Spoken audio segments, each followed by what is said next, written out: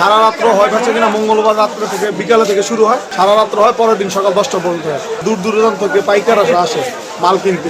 এখানে আপনার কিশোরগঞ্জের আশেপাশে থেকে নরসিংদী, তারপর আছে ব্রাহ্মণবাড়িয়া, তারপর আছে আপনার সিলেট, অনেক দূর দূরান্ত থেকে মানুষ আসে এখানে কেনাকাটা করার জন্য। এখানে সারা রাত্র বেচা কেনা চলে। সিলেট, সুনামগঞ্জ, হবিগঞ্জ, মাধবজি, হ্যাঁ, এই আশেপাশে যত দূরের থেকে সমস্ত জায়গা থেকে আসে কাস্টমার। আর এখানে গ্রামের যত দূরের থেকে আসে সব কাস্টমার এখানে আসে। প্রতি সপ্তাহে আমরা আসি এখানে মঙ্গলবার, বুধবার সকাল পর্যন্ত 8-9টা পর্যন্ত থাকে আর কি বাজার। প্রতি মঙ্গলবার একদিন রাত্রে হাট বসে, এখানে ভালোই বেচাকিনি হয়, রাত্রে বেশি বেচাকিনি হয় আর কি। তো আমরা শীতের টাইমে শীতের পোশাক দিচ্ছি, গরমের টাইমে গরমের শার্ট দিচ্ছি। তো এখানে বিভিন্ন জায়গাতে পাইকার আসে, আমরাও ঢাকা থেকে আসি, অনেক জায়গা থেকে আসে। অল্প মূল্যে নিতে পারবে, ভালো দামে বিক্রি করতে পারবে কেনা লোকরা।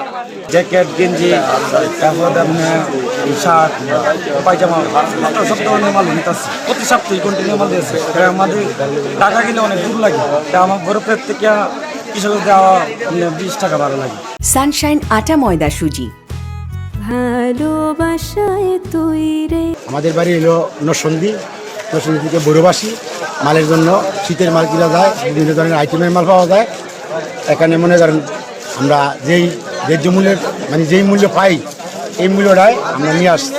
দায়িত্ব সাশ্রয় হয় এবং আমরা আসতেও সাশ্রয়, এবং যেই মালগুলো আমরা কিনি, এই মালগুলো কিনাইও ভালো হয়। ঢাকা থেকে আসতে আমার অনেক খরচ বেশি হয়, এখান থেকে গেলে আমার খরচ কম হয়। আর প্রতি মঙ্গলবার দিন আমরা বিকালে আসি এখানে। ভৈরব বাজারে একটু পাইকারি থোড়া করে আমরা মাল নেই, প্রতি মঙ্গলবারে নেই, বুঝলি, একটু রেটটা একটু ভালো পাই আমরা এদিকে আসি। ভৈরবের ঐতিহ্যবাহী থ বাজার, যেটা হচ্ছে সাপ্তাহিক হাট বাজার বলে, এটা তো আমরা ছোটবেলা থেকে দেখছি যে অনেক বড় বাজার। এটাতে 1600 দোকান থাকা আছে এখন পর্যন্ত।